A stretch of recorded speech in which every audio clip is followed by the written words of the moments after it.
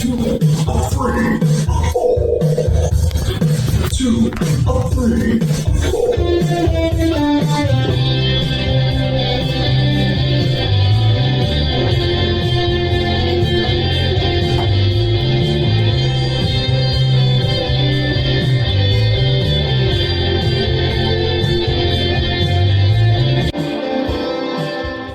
Thank you for coming. Thank you.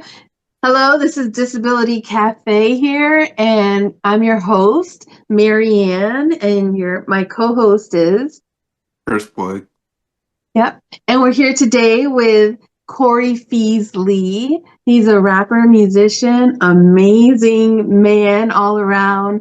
And Numan Senman, who is a master musician. He's a HANZ Hero member. And my brother from another mother. And we're talking today about the benefits and effects of music therapy. So first and foremost, I need to say we have 2 Navy men on the screen. So thank you for your service, Numan and Corey. Absolutely. Thank you. Yeah, both of you. Like, unbelievable. Thank you for your service. Likewise, brother. Thank you.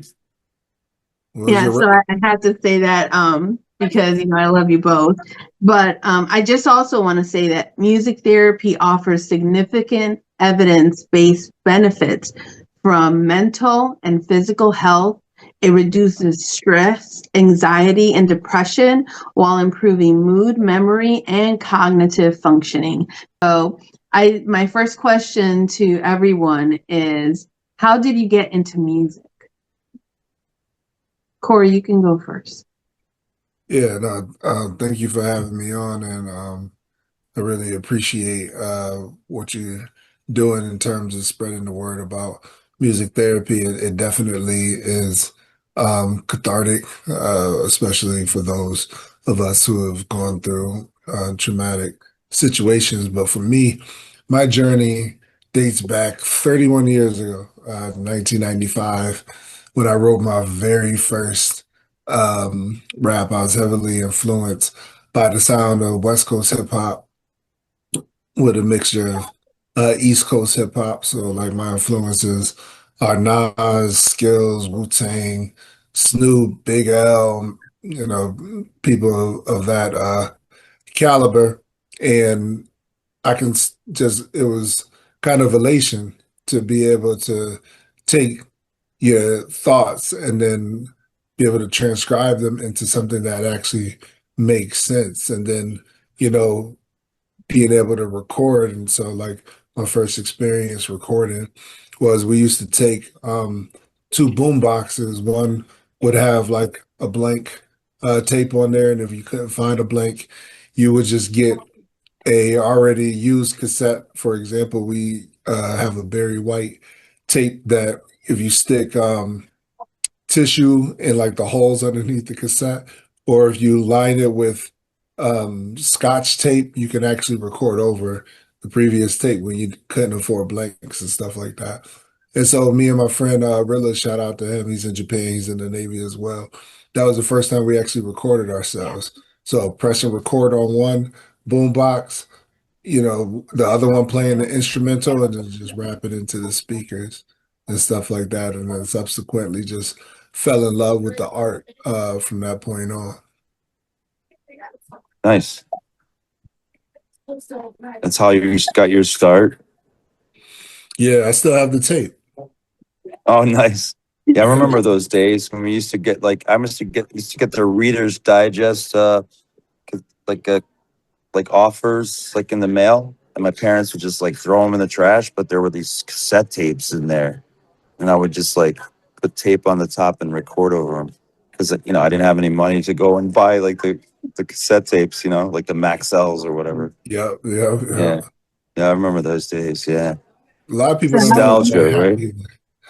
Yeah, a lot of people don't know about that hack. When I tell them, they're like, "You what?" I'm just like, "Yeah, man, like kind of Martha Stewart and everything." Right. So Numan, how did you get into music? Well, it's so I don't know. I don't know. I just at one point, I discovered that my father was a musician when I was at a young age, and my father played, and he had a couple guitars around the house. So my family's been a big influence in that venture. My father comes from generations of musicians. He's even related to a famous musician in another country of Turkey by the name of Orhan Gencebay, who's actually like a distant cousin to him. And he used to come over the house and play for my father's family. And lo and behold, at some point, I know this is when he was younger, and lo and behold, at some point, he's a legendary saz player, which is a four-string instrument. And he's also a singer, and he was also in some movies. So he's at that level of you could say he's really at a legendary level. I would say anyone in this, like compared to maybe like a Madonna or something in the country of Turkey, at that level. But my father came to this country trying to make it in music and all that stuff. And, he got busy and he didn't speak the language. Um, and so, he ended up, taking a different route and getting into baking and having a family. But in my sense, I picked up the instrument of the clarinet first. And then I end up, at some point, the guitar struck me. I saw some kid down the street playing all these Van Halen tunes on the guitar and Guns N' Roses. And at the time, it's like around 1987, 86, 87. And it was just like, I was like, oh my God, I gotta do this. So that's kind of where my start happens. And it's a great thing because we're talking about music therapy, but it's been my therapy as well. It's really taken a lot of it's helped me with stress in life. And when the number one thing about being a musician or making music is that you're living in the moment and you're not thinking about anything else. So it really helps your mind.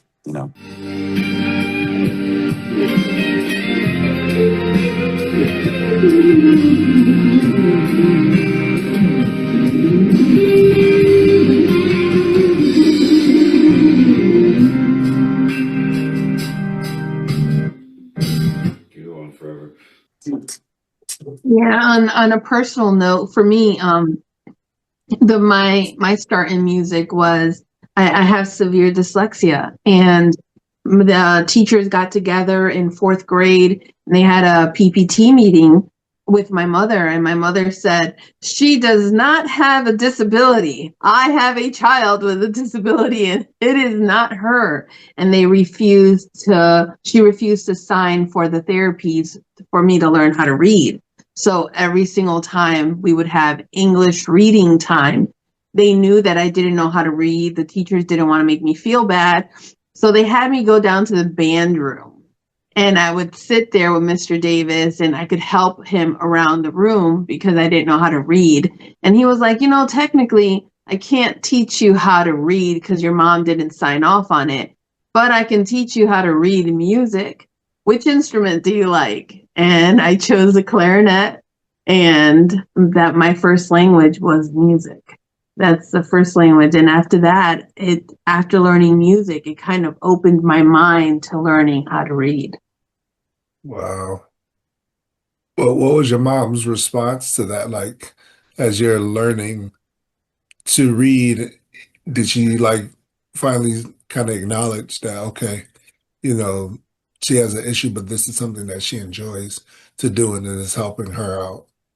My mom never supported my music ability. I not only learned how to play the clarinet, I learned how to play 14 instruments. I received a full scholarship to the Hart School of Music, Wow. and was considered the number one musician in 1993. I beat out everyone for every possible scholarship in 1993. But my mom never supported my music. She was quite abusive. I have scars on my hands where she sliced my hands open so I wouldn't play because I was making too much noise.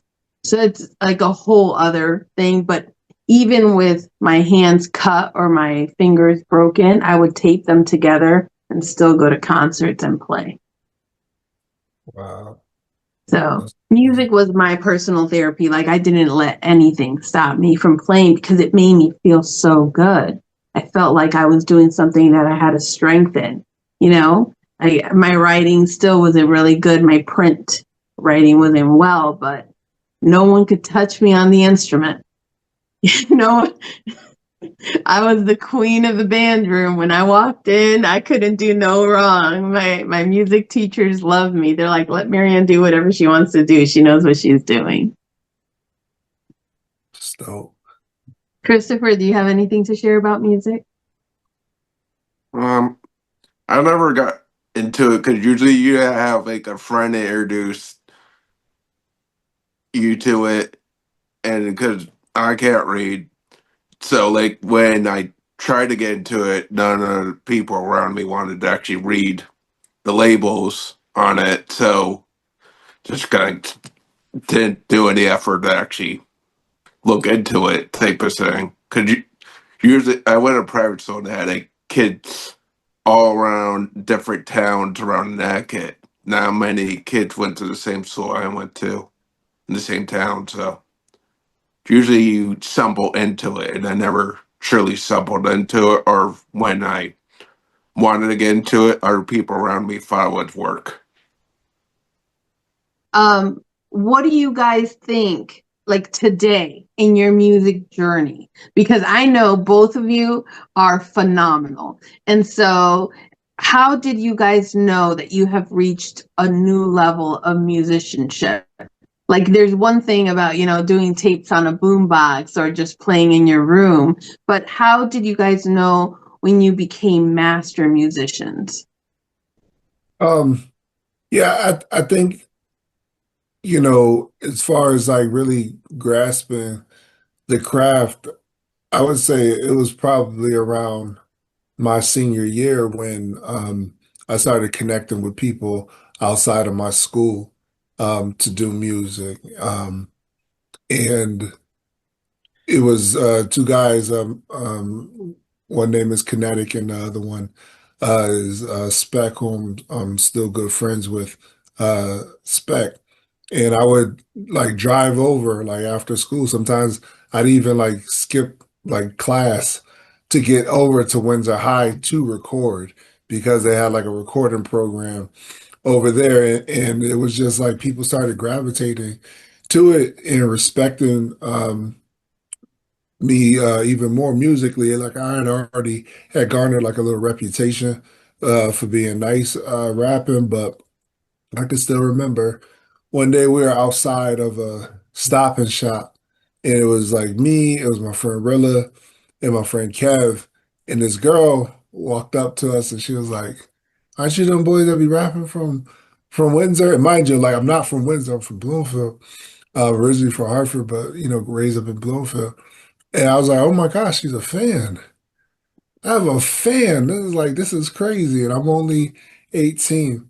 But as far as like from that point on and then just doing it throughout like my time in the service. And I think I started realizing that there's something special about it when I was at the brink of like quitting because I got hurt. I said, all of the things that were like aspirational for me, like, especially in hip hop, it was the money, the cars. It was, taking my mom and my parents and putting them somewhere other than where we grew up at and all of that, those type of dreams. I was just like, man, how am I going to do that? What am I going to talk about at this point? And I realized in that period of time of brokenness, just how like materialistic I really was and that my focus shouldn't be on getting and bragging about things that other people may never get a chance to, but it should be more transformational. Um, and and even though I tried to quit, I couldn't stop writing. Like I would just be at the computer writing, with the Dragon dictation software. And sometimes it would take me forever to write a 16 because I got to talk to the computer and I'm getting angry with it. But I kept on persevering. And then people who didn't know me would hear me rap and then they would go, "Yo, you nice." Like, yo, you're good. I'm like, thank you. I appreciate that. Sure, you're talking to the right person because I'm in this wheelchair. Like, most people just see the wheelchair. And I just kept on being persistent after that point. And once I was able to gather my own equipment and I started recording at home and releasing albums and et cetera, now I'm at the point where I have like 7 albums. Um, and my music is being recognized in different venues and different arenas, even to the point where last year I got nominated for CT Troubadour, which I thought was pretty cool. I didn't win the nomination, but nonetheless, just so somebody saw the music and felt like the content was, valuable enough to be able to be nominated for such a prestigious award. Like that's when I started seeing that it's really worth it. I gotta hand it to you. Your handle on the planet, rucker and one moves. When I think you lost it, or maybe you're a fraud. You know sham God, but did it all through the cross. I tripped back to 17, read the perfect storm. Broke down, drowned, men were thrown overboard. Water in their lungs, breathing was no more. The last account was chilling, resembling a morgue. We all got a date with fate, anticipated for it. 6 million ways to take the 5 mil before it. Anything but this, Lord, I'd rather be tortured. Take me in the peace of sleep in old age, of course. It's not up to me, and I ain't trying to force it. My prayer was deep, but I ain't know the Lord yet. Always thought good people made it all the way to heaven's doorsteps. I'm still here, so blessed. Yes. Hold on, cause it's a long journey. Swimming through a life full of seas filled with worries. Capsized boat wants to float, anchor down and discouraged. Still my sails raised to the sky. High tide upon me, a sailor stands brave. Hardships, once a splash, God took me through the waves. Won't always be on your shores, rest assured till the day. Take a moment and appreciate. Numan, when did you know that you were a master musician? A master musician? You know you're a master musician. Well, I'm very modest kind of person, and I just kind of let the music do the talking in a way. Um, so, you know, I feel it was like an evolution. I'm like very proud of like the journey that I've had. And I look at more of that in a sense, thinking that this is like a musical journey. And we all started basic, right? We all started from the same place. But for me, it was like always a major passion, like something I could never do without. And I think the hard work and perseverance that I put into it is what is really responsible for me becoming a good musician. Um, and I don't know, it's just in my, it feels like it's in my blood. It's just something I have to always do. I spent years where, I did other careers and, there's been times I even didn't play the guitar for a couple years. And I'm talking in my adult life. And it was always something like some nagging thing was bothering me that, it was like something's missing in my life, and I don't know what it is. And it was the music. It was something that I just have to keep going with. It's like any athlete or any like those, famous people that are just so good at their craft, they put a lot of time and work into it. And practice makes perfect, and that's how and I'm a really big believer in that, and I tell people who are aspiring as musicians, just get out and do it, make the effort, put time into it, and you can get to some great places. And it's all about where you want to be. It's what your goals want to be. You have to be like my goals.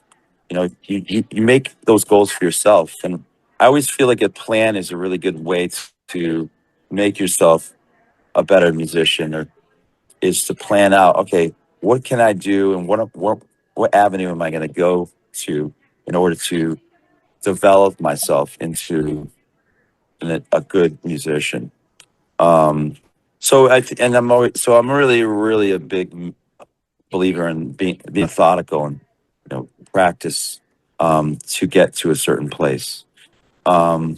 But there's also that other element of the passion. But when you start practicing, and I tell this to my students because I teach music for a living, and I teach privately now. I used to do high school.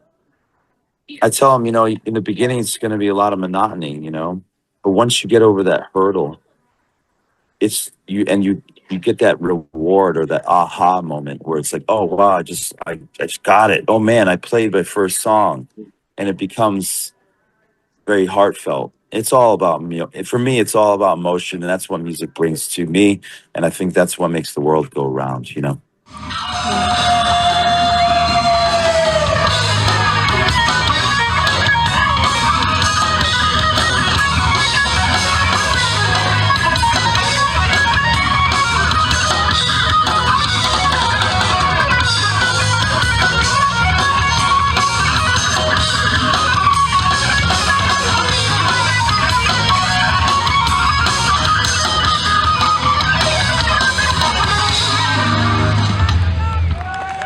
All right, thank you. I wanted to add Go ahead, something Corey.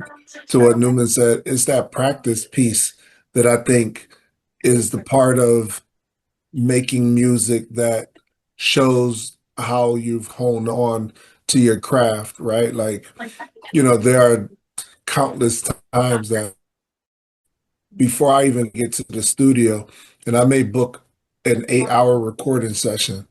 And so to do a solid song is about an hour. I do multiple takes just in case, like, we can listen back to it and I don't like a way I said a certain word. You can always check on it. But prior to me even booking the session, I'm pacing back and forth in the office, playing the instrumental, rapping over it, making sure my words are correct. And it takes a lot of dedication. Sometimes, if I could book until like at the end of February from, you know, here, at the end of January up until then, I'm just writing, rehearsing, writing, rehearsing, writing, rehearsing. Even when I'm in bed, sometimes like I'm just rehearsing the lyrics. I got the beat in my mind and I'm going and I'm going. And that's how I think you begin to master your aspect of what you're going to bring to the table. And that's a lot of work that goes unaccounted for. So I think about people who play, whether it's piano, keyboard, guitar, saxophone, whatever instrument you play, you have to really like sit there and understand chord progression and music theory and that takes a lot of that stuff is just the research and then just training yourself before you can get even to the place where you're confident to perform. So I think the mastery is all in the practice. Yeah, absolutely. Now the Yeah, good cool points. thing, yeah, the cool thing about Corey and Numan is that you guys are both, you guys have a huge fan base in the disability community. Corey is an individual with disabilities, and Numan, he's in HANZ Hero'S, and we have people with disabilities in our band, and Numan has disability that has touched his life. So how is it having that fan base and seeing how they react when they see, HANZ Hero'S and the Pheez, right? Play, like perform live. Like how do you, because it's a very different feeling from a person who is able-bodied that comes up and is a fan, and then you have this individual with disabilities that it's everything to them. Corey, go ahead. Yeah, it's touching. Um, Somebody can listen to one of your songs and tell you like, yo, that got me through, a difficult point in time in my life. That was, you know, what made you even write that song? Like how did you muster up the strength to get through it? Because, I find what I'm going through to be super challenging or what have you. So I think that what what I initially wanted to rap and aspire to be, I don't think that it touches as many people because you kind of like in a song like you live vicariously for 2.5, 3 minutes, and you're jamming and you're dancing around, and you see yourself in the Maybach. You see yourself in front of thousands of people, but in reality, your life is just pretty ordinary. And I think I make music that is just, set in reality, a reality that you can be okay with in spite of whatever you're experiencing and what you're going through. My disability hasn't changed in nearly 21 years, but my mind has changed. My ability to embrace what I'm going through has changed greatly. I can be able to talk to people and bring them to, like, especially those who are newly injured, because that's what I do is disability advocacy and peer mentorship. So when I'm talking to people and I share the music, like, I can take them back to that place. I know what it was like first coming through that door in a wheelchair and saying, oh my gosh, what do I do next? I haven't lost those emotions, but they're preserved through the lens of music that can forever be used no matter who you are, because disability is just not something that's going to stop. It's going to be another person rotating, you know, in and out, and they're looking for inspiration, they're looking for hope, and they're looking for somebody that's really living a life that they can reach out and touch and understand. And I try to make myself available like that. Numan? Oh, no, it's like that. What Corey mentioned, like the hope and the connection that you have with people. Without the audience, you wouldn't have anyone playing except for yourself, right? So it's, to me, it's like that connection, the reciprocation, going back and forth, the energy, and it's like, it's going back and forth between you and the people you're playing with. And if you can, like, create a great emotion for these people, that's like the biggest thing, that I'm like, that I love achieving. I wanted to be able to have an influence and um, inspire people with my music, um, make them feel, good about their life, make them feel this emotion of, you know, music is making a big difference in my life, So when I do like the HANZ Heroes, or I do anything for people with disabilities or benefit shows or anything like that, I love it because it's not only um, this connection that I have with the audience, and that I can fulfill what their needs may be for that day. Maybe I've given them, more hope, faith, no, or just that emotion of the love for music. That's just good enough for me. I get a really great reward from that. So, I feel like now in my life, I feel I've done music, I've played shows, I've done concerts, I've played so many shows. But I've been really tapping into the things that I've been doing with HANZ Heroes, and not only with Maryann and other individuals that have been involved with this, um, but I feel that it's time for me to go a little further as a musician and be an inspiration, but also a benefit, for people who have disabilities, or for people who are in need, in a general sense.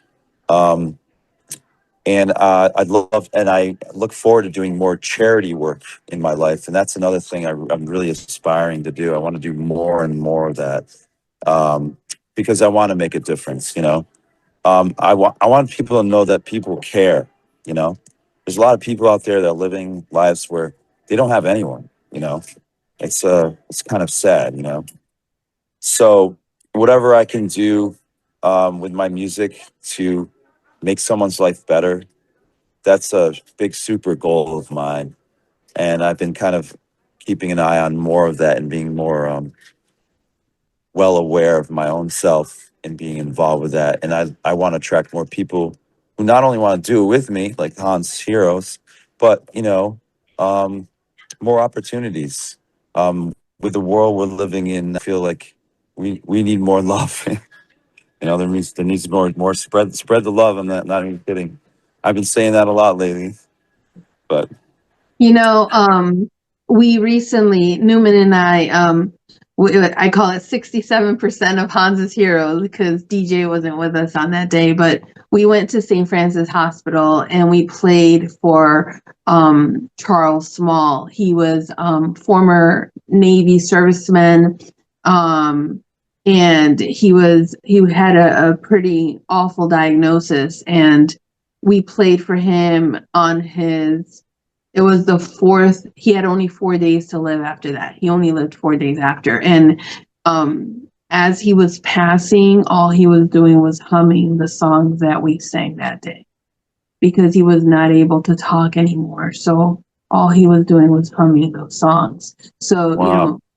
Music really, really is a strong medicine to even help, individuals as they're passing. Well, I get to see you with no face and turn my leaving, but I guess that's just the way the story goes. You always smile in your eyes, your sorrow shows. Yes, it shows.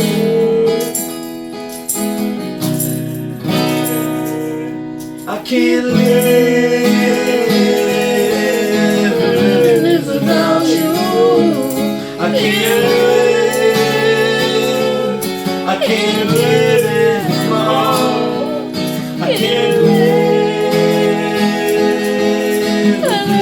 without you. I can't live anymore.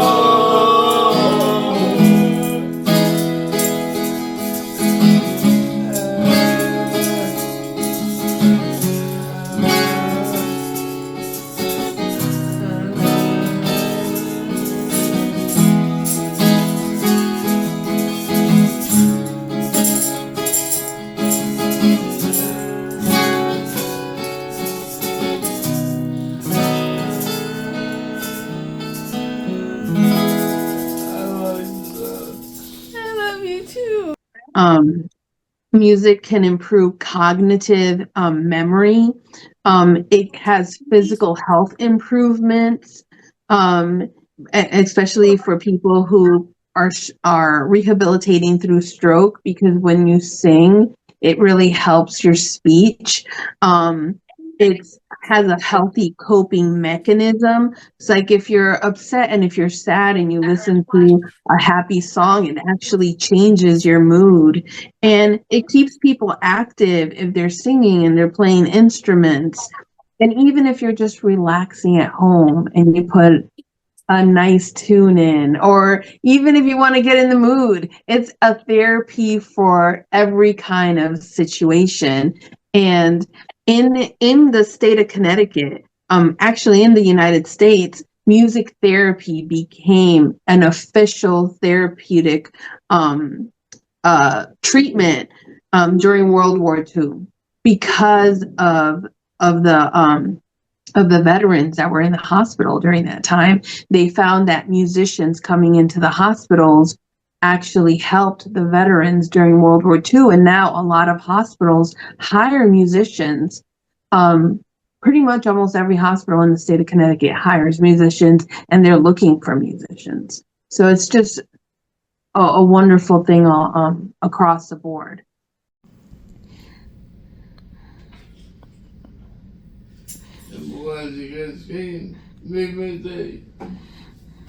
May your day. Oh, go ahead, Corey. No, I was going to say those are all facts because when I first got, so when I got hurt June 12, 2005 in Virginia Beach, unrelated to work or anything like that, just out celebrating a friend's birthday.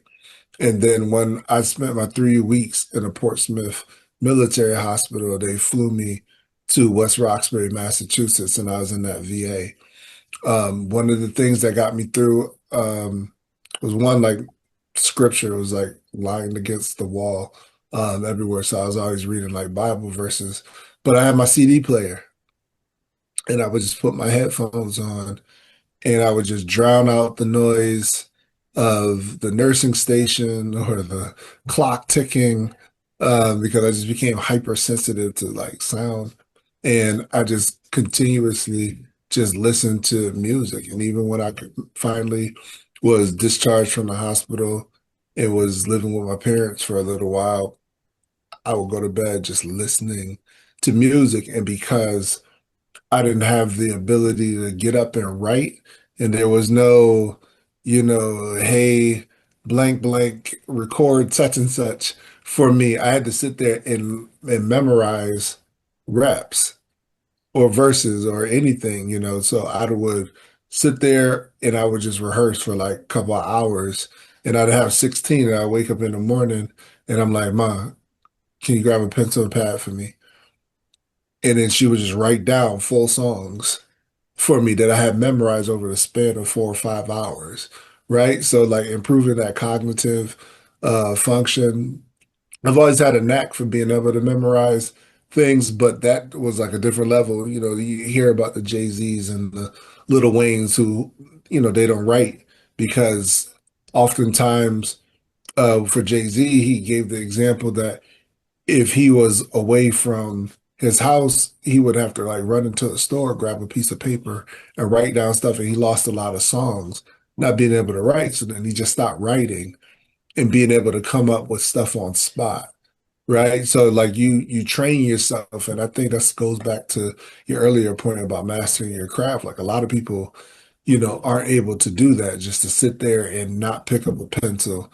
And because I'm forced, I can't pick up anything to write. I have to do that, and it's nice because it's one thing that I have my sensation and motor functions have been taken away, but my mind hasn't been taken away. So the creative spark in me continues, and it's just through the disability, it's just shown me another skill that I possess that I didn't realize that I had.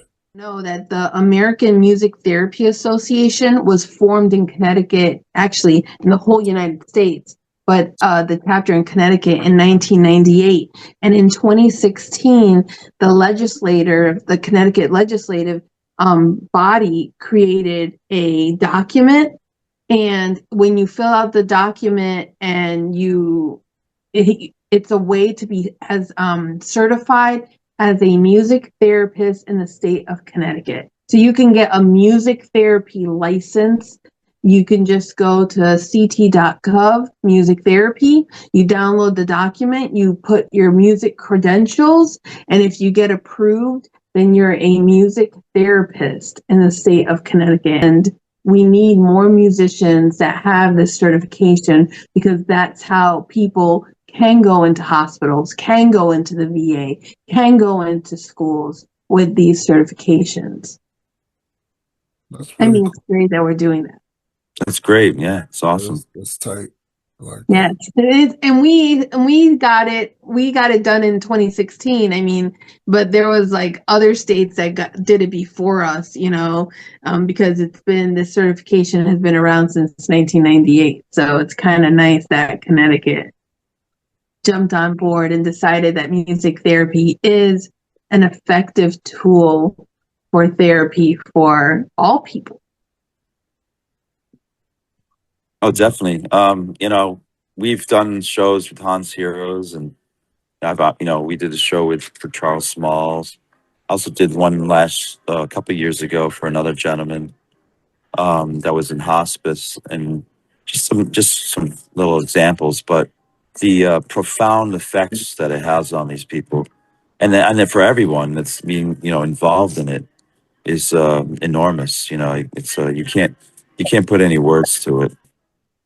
The great thing about music and music therapy is, the number one thing I've noticed, and I feel the number one say maybe number one. I'm not going to put a number to it, but I'd say a big top thing about music therapy and about music in general, and in connecting the two, is that when we're growing up, we're associated with a lot of the music we've grown up with, from our parents or from what we've, grew up with. And as we go through life, we pick up these songs, and these songs that we listen on the radio, a lot of times we attach moments and memories to those songs. That's why music is another aspect of music that can be so profound, is that, when was one time you heard a song? And it could be anything, let's just say Phil Collins, for instance, like, there was a song that I remember was, um, what's that one that, the one we take a look at me now. What's it called? Against All Odds, right? Yeah, great song, right? Amazing song. That brings me back to a time and place of a memory, and that's what it's doing for these people in the hospital, or the needy people you're doing a charity event. No matter what kind of event it is, that's a benefit type of event. These people are tapping into their subconscious mind of their past with some of these songs. It brings back great memories, sad memories, you name it, And I think that's the big, enormous, profound thing that music can do. And the therapy helps tap into those moments, Yeah. We did Numan I with HANZ HERO'S, we did the Hearts for Heal. It was the Hearts for Healing Music Festival. And what happened was all the other musicians that were supposed to be there that day, they either got sick or something happened. So it was a music festival only with HANZ HERO'S. And of course, we could play all day. Numan will play for a century. He knows a million songs. But they had first of all, the room that we were in, it was like standing room only. The news media was there. There was tons of service animals there. And they had this group of young people that came in, and they all had autism. And one of the people said, we don't know if we could stay the whole time because, they may be too sensitive for the situation. The young kid was asking us to play the ABCs, Numan. He was dancing. They came in and they sat in the front. The staff people that were there with them, they were surprised that they stayed the whole time. So music has an effect on people. And just because a person has a diagnosis or a certain disability, it doesn't mean that music can affect them in a positive way. Some people say, totally. He has autism, he can't listen to this loud music. And we were pretty loud, Numan. No, I totally get that. Everyone's got their catalog of songs that they keep close to their heart and to their mind. I mean, that's how I always see it. I've always seen it that way.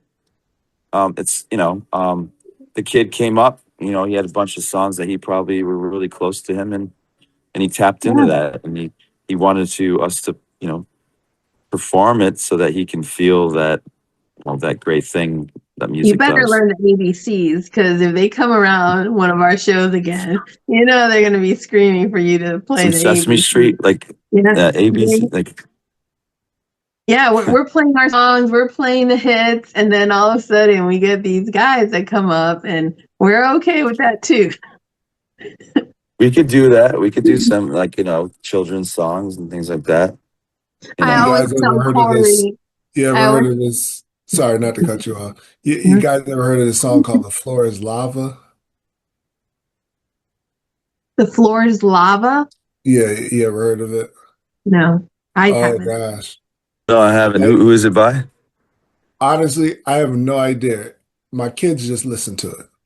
It is literally like, "The floor is lava, danger," and then they skip around the house.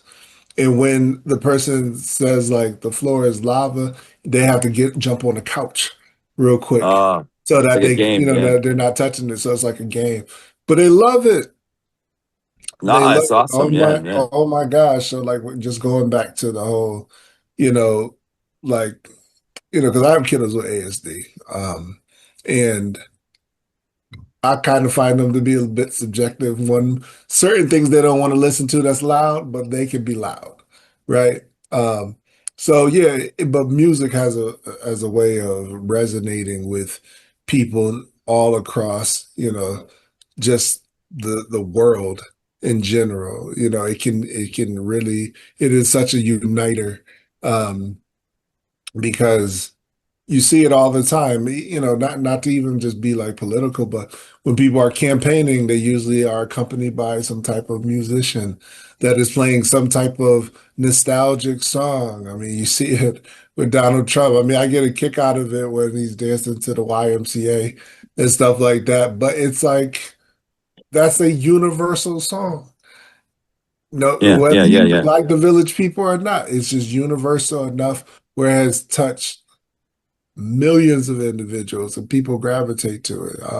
So sometimes you can put away your political ideologies and just rock out and just be in the moment. You know what I mean? And I think you find a lot of common ground through that medium.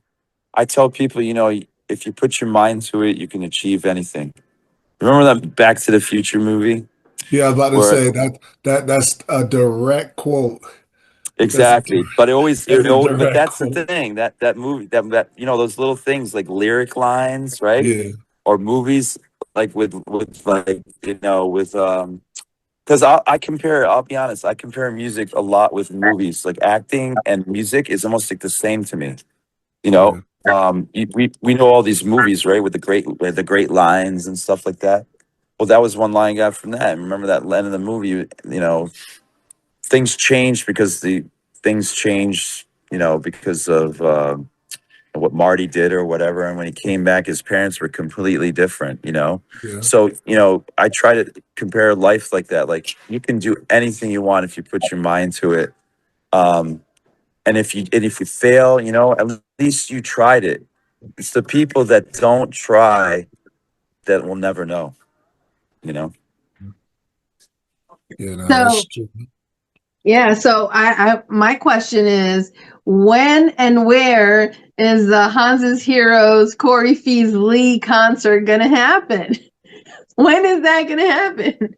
Yeah, we We would do. need a huge room because, whoa, my gosh, your followers and our followers. I mean, our followers. Everyone that owns a service dog will be there.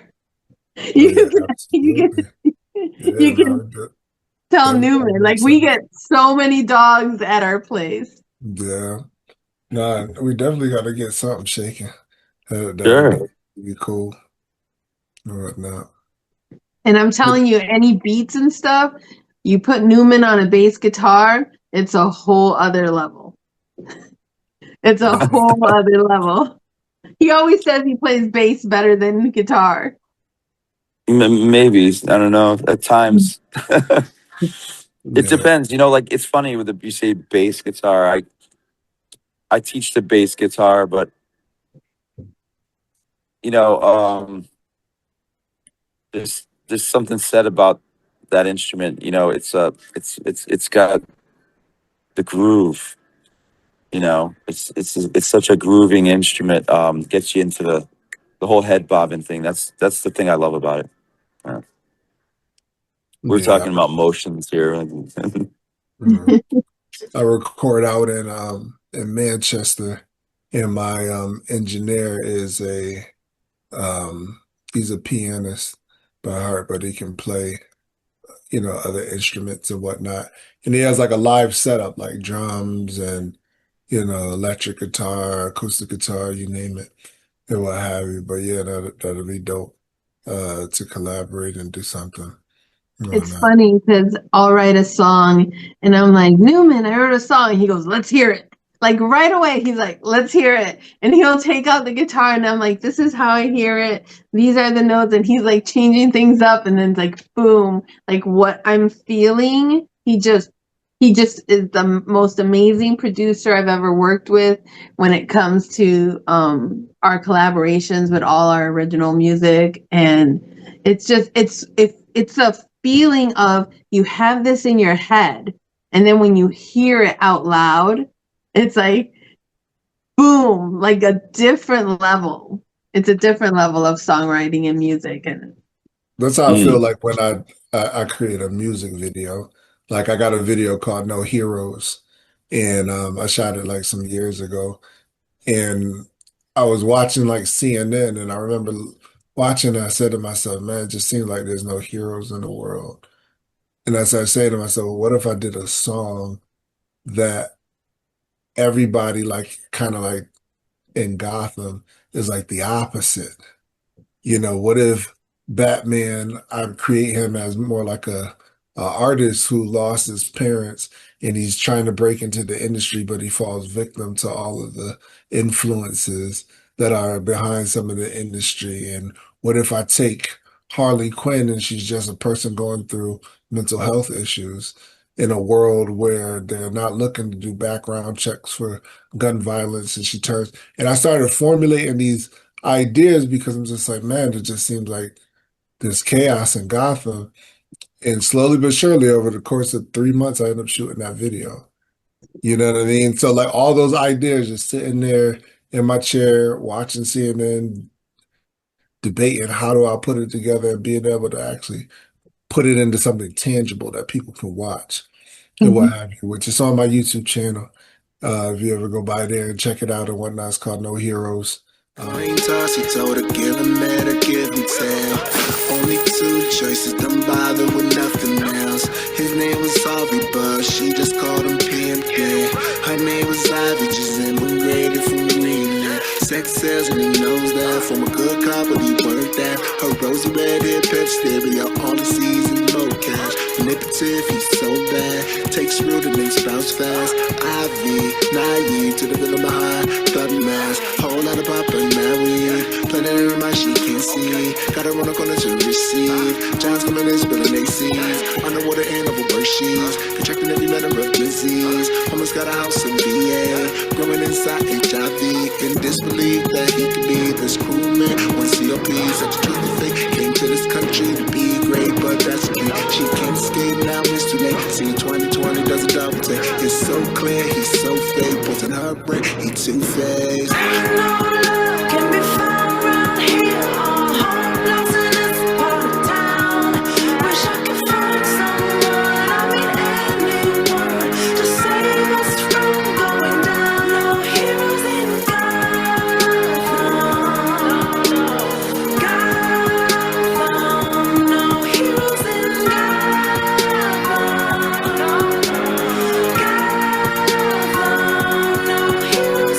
this is kind of the same thing when I wrote Hans's song. I mean, Hans was really, really sick, and I was holding him, and I knew that the next morning, they were gonna put him down, you know? And I'm just holding him, and he's just snuggling into me, and I just started saying, I don't want tomorrow to come because tomorrow I won't have you. And I just kept saying that over and over and over again. And by the morning, the whole song was written. And then I went over to Numan, you know, after Hanzi, you know, had already been put down. And I'm like, Numan, I wrote this song and I couldn't get it out, Corey. Like it took a few times for me just to show him like how I was feeling. And after all the time that's gone by, I have loved you, I have hugged you, I have kissed you a million times, and after all the time that's gone by, I have loved you, I have hugged you, I have kissed you a million times, and everything in this song is true. I don't want tomorrow to come because tomorrow I won't have you. I want tomorrow to come because tomorrow I won't have you. But then Newman just took it, and it's like, it's what you hear. It's like we filmed it, we put it down, we recorded it, I put it on film, and it's been shared so many times.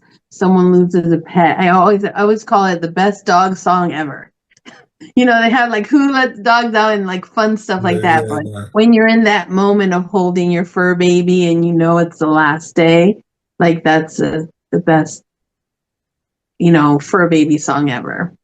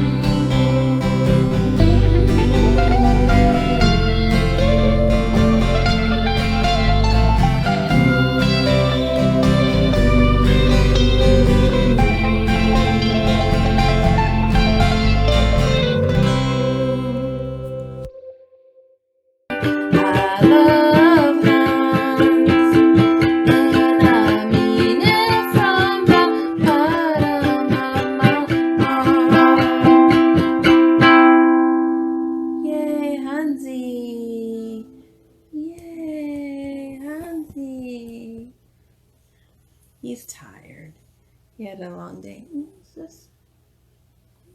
Have a good night, everyone. So let me ask you this. How do you guys feel about being vulnerable like that in your music? Because some artists they'll masquerade as everything's okay, everything's fine. But that's a vulnerable thing to talk about the loss of a pet and how much, he meant to you, and to translate that takes a lot. Like, how do you feel? Like, when did you feel like it was okay, like through music, to be vulnerable? I mean, it's what makes music authentic. So at the end of the day, even the first time when we played, it's Gizmo is the representative for suicide prevention, and he was having a retirement party, and they wanted us to play, Hans's song, because even though it's called Hans's song, Hans is never mentioned in it. It's just a general song of how you feel when you're on that last day. And Right. when I'm singing it live, you hear the like I'm trying to hold it, because it's like my first time singing it live. I never thought I was going to be singing that song live. I could sing any other song that I've written, but that's the one that sometimes gets me. But I have Numan, he sings back up if I can't. He sings. DJ started singing with us too on Hans's song, and everyone just says that's their favorite song. Now, everywhere we go, whatever we do, if we do a live, that's the song we're singing. Nice.